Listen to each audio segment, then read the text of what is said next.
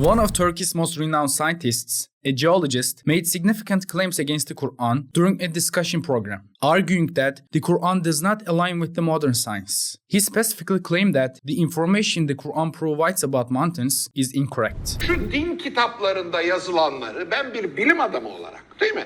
Bunlar kainat hakkında, dünya hakkında, bilmem ne hakkında laf ediyorlar. Bakıyorum, yanlış.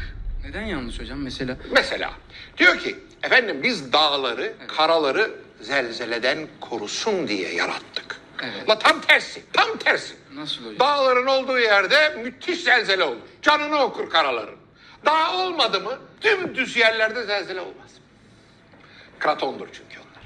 Could it really be true that the Quran is mistaken about mountains? Or are there errors in the Quran? If even a single mistake exists in the Quran, it will serve as evidence that it is not the word of Allah. So let us examine this issue together with evidence. When it comes to the claims about mountains, is the geologist correct or does the Quran prevail? If you're ready, let's begin.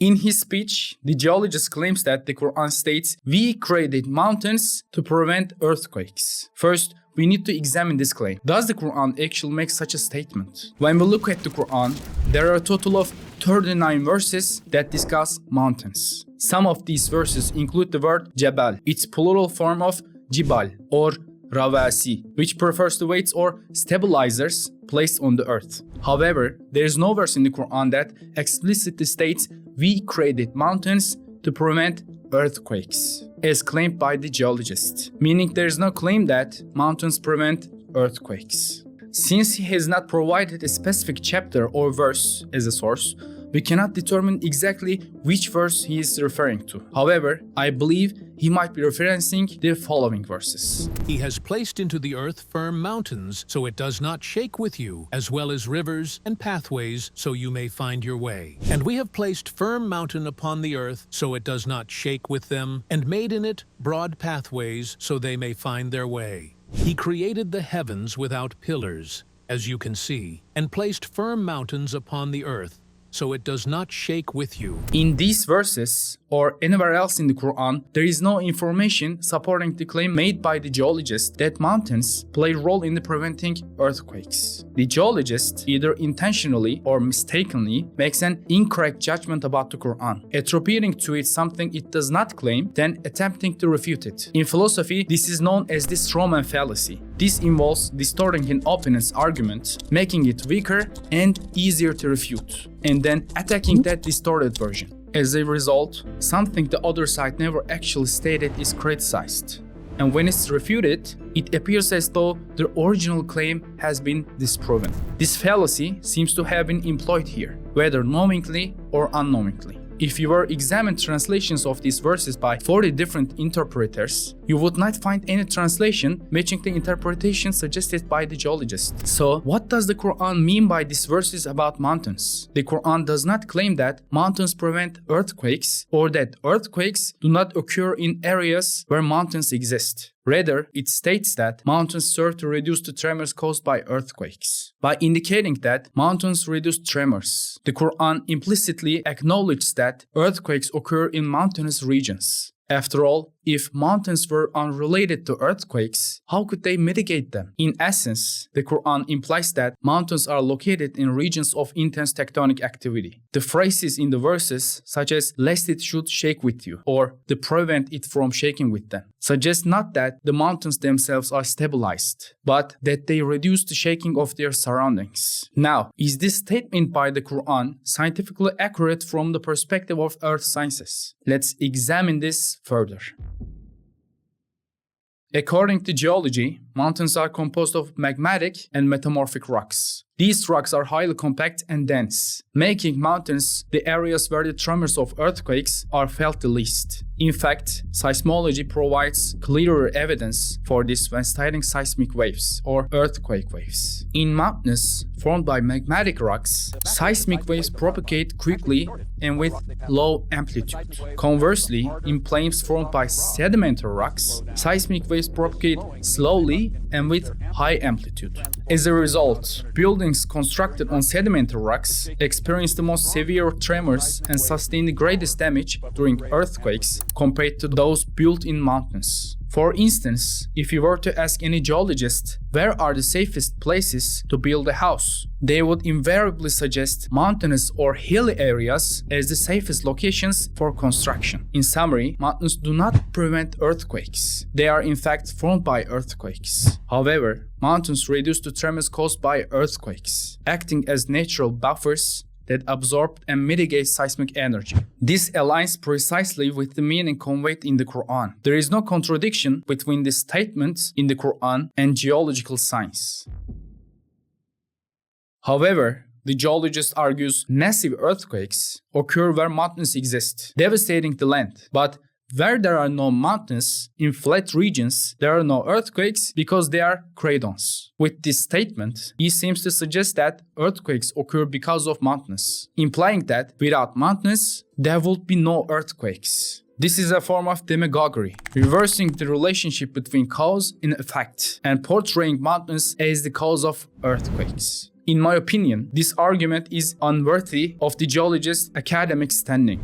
Mountains are not the cause of earthquakes. They are the result. In other words, earthquakes do not occur because they are mountains, but rather, mountains are formed because of earthquakes. For instance, saying wherever there is a fire, you'll find firefighters does not imply that firefighters cause fires. Firefighters are present because of fires, not the other way around. When we evaluate the geologist's claims in light of the explanation provided thus far, it becomes clear that the Qur'an's statements are not erroneous, but instead precise and accurate. While what has been discussed so far is sufficient to understand the reality of matter, examining the verses from another perspective also confirms the correctness of Qur'an's descriptions. Some commentators interpret the relevant verses differently, noting that the term ravasiye is used instead of jibal and temide is used instead of zelzele. Based on this linguistic nuance, they suggest that the shaking mentioned in the Qur'an refers not to localized seismic tremors caused by earthquake waves, but rather to unstable movements and collisions of tectonic plates during the early formation of the Earth. Let us evaluate the verses from this perspective as well. The Earth's crust, known as the lithosphere, is composed of approximately 30 tectonic plates of varying sizes. These plates float and move on the asthenosphere, a softer and partially molten layer beneath the lithosphere, much like ships moving on the surface of the sea. When the lithosphere first formed, these tectonic plates were not as stable or slow-moving as the ones we know today. Instead, they are moved much more rapidly and violently, making the Earth an unsuitable habitat for living organisms. Even today, millions of earthquakes above magnitude 3 occur annually. Among these, thousands exist magnitude 5. Around 150 are about magnitude 6, and approximately 20 are about magnitude 7. If we extrapolate this data into the geological past, the number and intensity of earthquakes during the Earth's early history would have been significantly higher due to the instability and rapid movement of tectonic plates.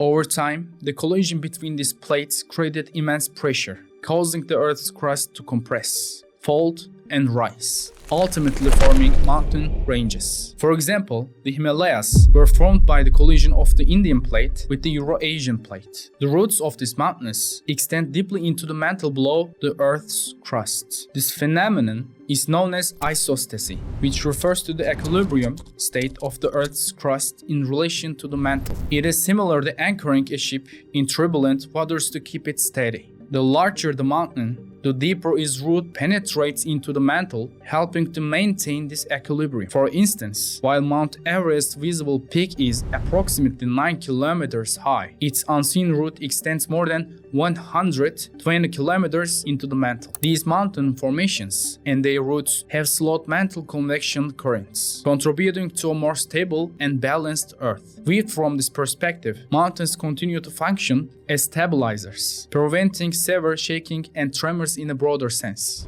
To summarize, in ancient times, tectonic plates were thinner and moved more rapidly, resulting in more frequent and intense tremors. However, with the formation of mountains, the thickness of the Earth's crust increased and plate movement slowed down. This made the Earth's surface more stable. In essence, the thickness and isostatic balance created by mountains in the Earth's crust slowed the movement of tectonic plates, making the world more seismically stable. This aligns perfectly with what the Qur'an states.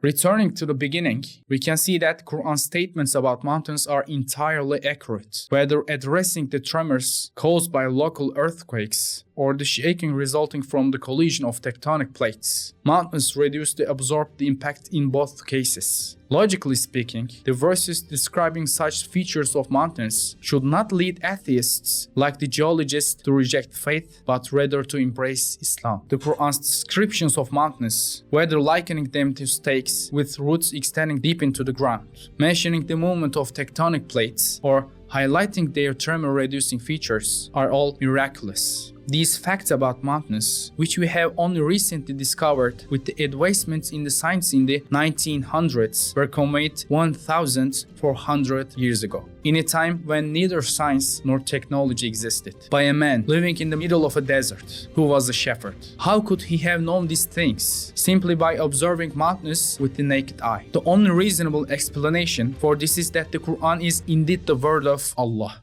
Wassalam.